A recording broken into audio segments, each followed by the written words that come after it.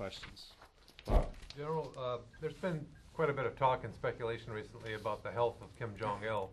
I wonder if you could say what is your latest information about his condition and also his degree of control, and are there any indications of succession as work underway? You read all the reports. We really have nothing new. What we're focused on is what is going on up in North Korea, and are we, the ROK-US Alliance, prepared for any contingency, whether it be an all-out war plan that we practice any day or instability in the north. And we are prepared for that. The ROK-US Alliance has worked through many different exercises to make sure that we are prepared for any contingency to be able to handle that as a strong alliance. Can you say whether you assume that he's in control and is operating normally, or is he disabled in some way? Well, again, we encourage the six-party talks to continue. We are looking very closely to make sure that there's nothing out of the ordinary that's happening up north, but we're really focusing on our capability to be able to react. The follow-up question. Yes. Do you have any uncommon movement in the North Korean military recently in connection with Kim Jong-il's health?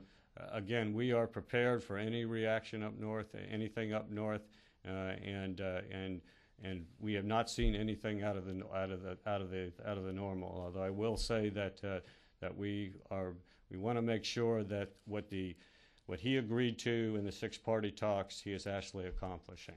And Secretary Hill is working very hard on that as he works through those negotiations.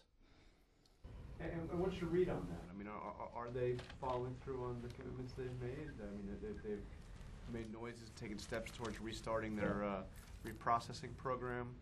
No, they're not following through.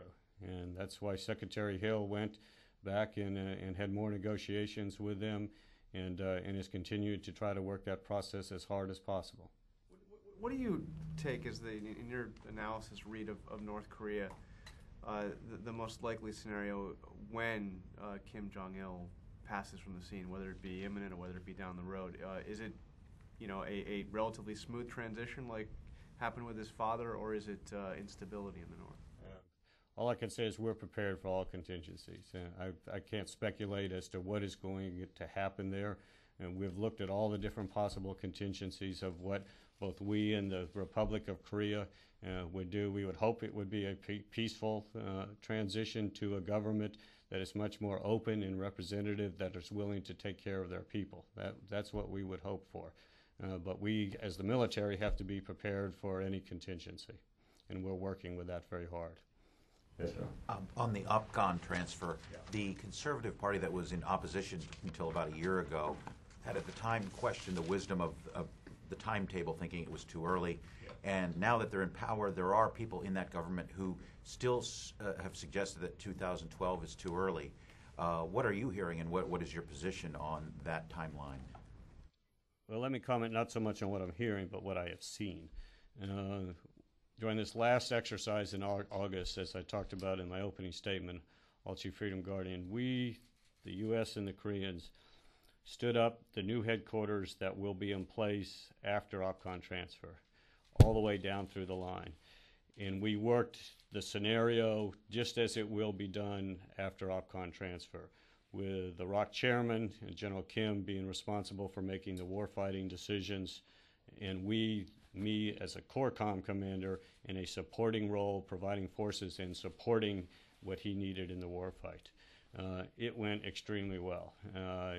Lots of things that we still got to work on, but for the standing up for the first time of a new headquarters by the Koreans, it went, to be honest, better than I expected. I think better than both General Kim and I expected.